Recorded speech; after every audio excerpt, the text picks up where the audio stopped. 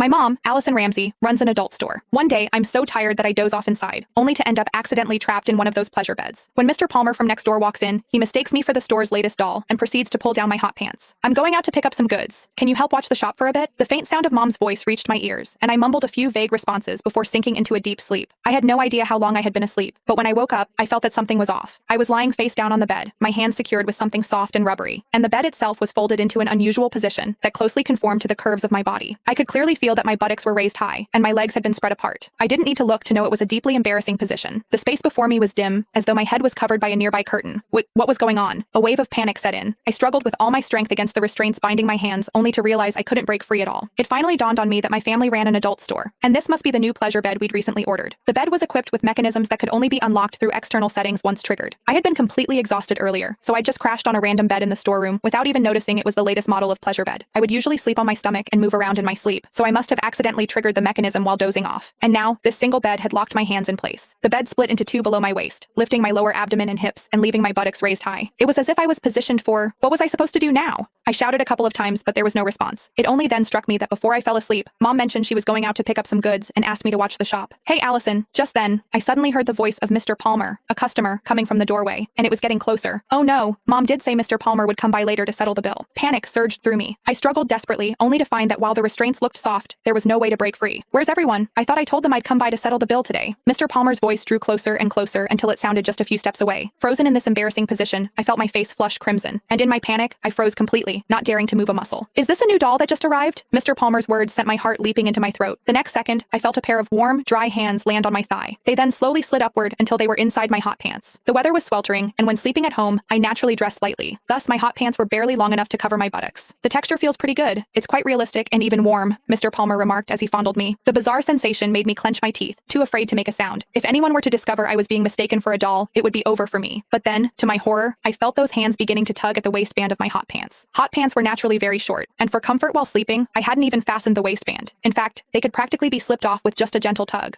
I didn't expect it to feel so real. This new batch of dolls really is something else, Mr. Palmer said excitedly. He seemed to be leaning right over me from behind, and I could distinctly feel the warmth of his breath as he exhaled and spoke. My heart raced with a mix of panic and anger, yet I didn't dare move a muscle. I was terrified of the embarrassment that would follow if I were discovered. What should I do? What on earth could I do? Mr. Palmer had already pulled down my hot pants, leaving only my thin underwear underneath. It even has panties? And with a lace trim too. Mr. Palmer's voice grew increasingly excited. He kept stroking my buttocks, and the warmth of his touch made my heart pound wildly in my chest. Suddenly, I felt something warm, damp, and soft press against my thigh. Was that Mr. Palmer's mouth? In that instant, it felt like a bolt of lightning flashed through my mind. Realizing this possibility, I was flooded with shame and panic.